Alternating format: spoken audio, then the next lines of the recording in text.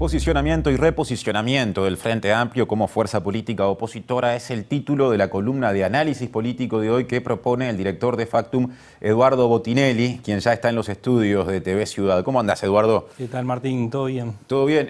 Proponés un abordaje en sentido cronológico. ¿Cómo se fue dando ese posicionamiento del Frente Amplio en el comienzo de la gestión?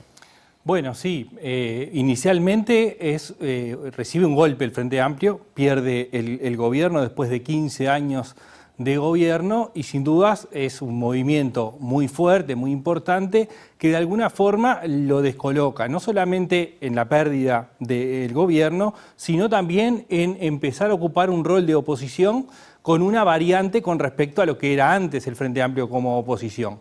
Mientras el Frente Amplio fue oposición durante toda su historia, del 71 en adelante, sin haber sido gobierno, en este caso pasaba a ser oposición después de haber sido gobierno. Esto además se sumó a un momento dentro de la interna del Frente Amplio, de la conducción política como partido, que muchas veces genera dificultades en el rol cuando un partido es gobierno en sus estructuras, y estaba una discusión interna en ese sentido en cuanto al rol político que tenía el Frente Amplio en su estructura. Y junto con esto estuvo la pandemia, que afectó obviamente al desarrollo del gobierno, pero que también dificultó en ese arranque el posicionamiento del Frente Amplio como oposición. ¿Y cómo se da el tránsito teniendo en cuenta ese punto de partida? Bueno, ese tránsito lo que tiene es que tiene una oscilación. En esa búsqueda del lugar donde situarse el Frente Amplio como oposición, ¿qué sucede? Está la oposición en sí y está el relacionamiento con otra cosa inédita, que es una coalición de gobierno de 5 partidos políticos. Entonces, en ese momento, en la búsqueda del lugar desde donde llevar adelante esa oposición, fue oscilando en 2 grandes estrategias. Por un lado, buscar lo que es una división de esa oposición, es decir, lugares donde generar algún tipo de fisuras dentro de esa coalición de gobierno. Y por otro lado, llevó adelante acciones que lo que hizo fue compactar a la coalición. Si nosotros miramos, ha habido una serie de eventos donde han pasado estas cosas, es decir, por un lado buscar fisuras y por otro lado termina compactándolo. Y como ejemplos claros es como búsqueda de fisuras, digamos, o termina siendo una búsqueda de fisuras en la coalición, es la ley forestal, que es propuesta por Cabildo Abierto, votada en diciembre de 2020 en diputados, en diciembre de 2021 en el Senado, que termina con el veto presidencial y de alguna forma ahí, con Cabildo Abierto, el Frente Amplio termina votando esa ley, por lo tanto genera cierta fisura y cierto ruido en la coalición. Pero después, en el medio, sucedió un evento que lo que hizo fue compactar a la coalición, y es un ejemplo, que fue la interpelación que se hizo en forma conjunta a Salinas y Arbeleche. Entonces, en ese momento, lo que hace es compactarlo, es decir, logra que la coalición se compacte en la defensa de 2 ministros de 2 partidos distintos que conforman la coalición de gobierno. Cuando te escuchaba, Eduardo, hablando o poner como ejemplo cómo se votó esa ley de prioridad para los suelos forestales que finalmente vetó el Poder Ejecutivo, recordaba lo que mencionabas, ¿no? La conformación de una mayoría circunstancial entre el Frente Amplio y Cabildo Abierto.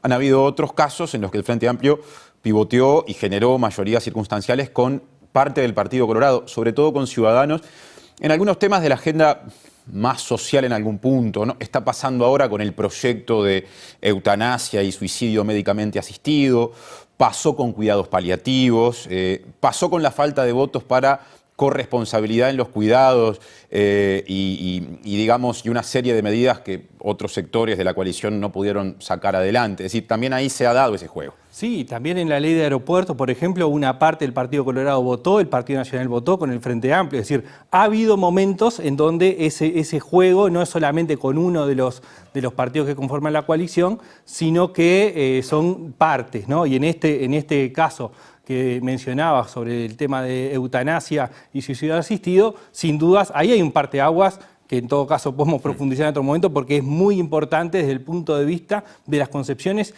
ideológicas y pautas morales, digamos, que guían a los distintos partidos o incluso que atraviesan a los partidos políticos, como fue en su momento también la despenalización del aborto. Sí, son cosas más de base y que tienen raíz bastante profunda. Ahora, volviendo al curso de la columna previsto, ¿cuáles son los rasgos de este reposicionamiento que estás apreciando del Frente Amplio? Bueno, lo que vemos es que hay una serie de factores que llevan al Frente Amplio a esto que llamamos el reposicionamiento. En primer lugar, aparece la recolección de firmas, donde el Frente Amplio se sube a una iniciativa que aparece de los movimientos sociales, pero que al alcanzar la recolección de firmas le generó un hecho en sí mismo, no solamente el haber alcanzado las firmas, el proceso le sirvió al Frente Amplio para dinamizar sus bases de militancia de base. Se abrieron los comités de base, algunos que estaban cerrados o con muy poca actividad. Además se acercó de alguna forma a las organizaciones sociales con las que estaba teniendo algún tipo de distanciamiento en el último tiempo. Después vino un reordenamiento interno a partir de las elecciones internas, la asunción de nuevas autoridades, con la elección de Fernando Pereira como presidente y un reordenamiento con una búsqueda justamente estratégica, de pensamiento político estratégico que está alineándose, todavía no está, digamos, resuelto, es algo que está construyendo, pero que de alguna forma eso que aparecía inicialmente como un problema para el Frente Amplio, que eran sus problemas internos justamente en términos del peso político que estaba teniendo la conducción del Frente Amplio, eso empieza a ordenarse. Y después aparece el referéndum en su resultado, que si bien pierde el sí, genera una disputa que presenta un resultado muy similar al balotaje.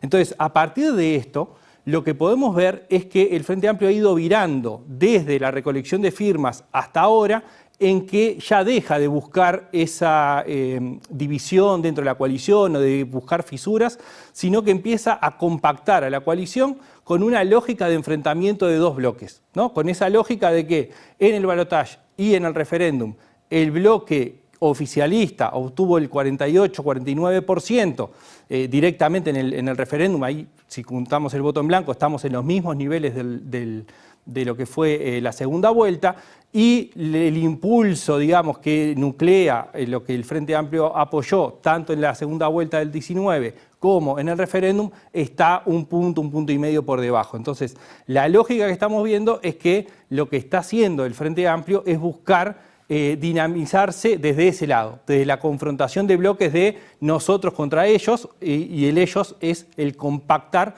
a esa coalición. Por lo que, si esto sigue así, lo que podemos esperar es que de aquí al 2024 lo que tengamos es justamente el desarrollo de ese bibloquismo, digamos, esa búsqueda de que existen dos bloques que se enfrentan de cara a unas elecciones y el fin del gobierno que está en transcurso. Gracias, Eduardo, y hasta el miércoles que viene. Muchas gracias, hasta el miércoles. Con el cierre de la columna estamos cerrando el primer bloque de hoy. Tanda mediante, tenemos más información, así que no se vayan.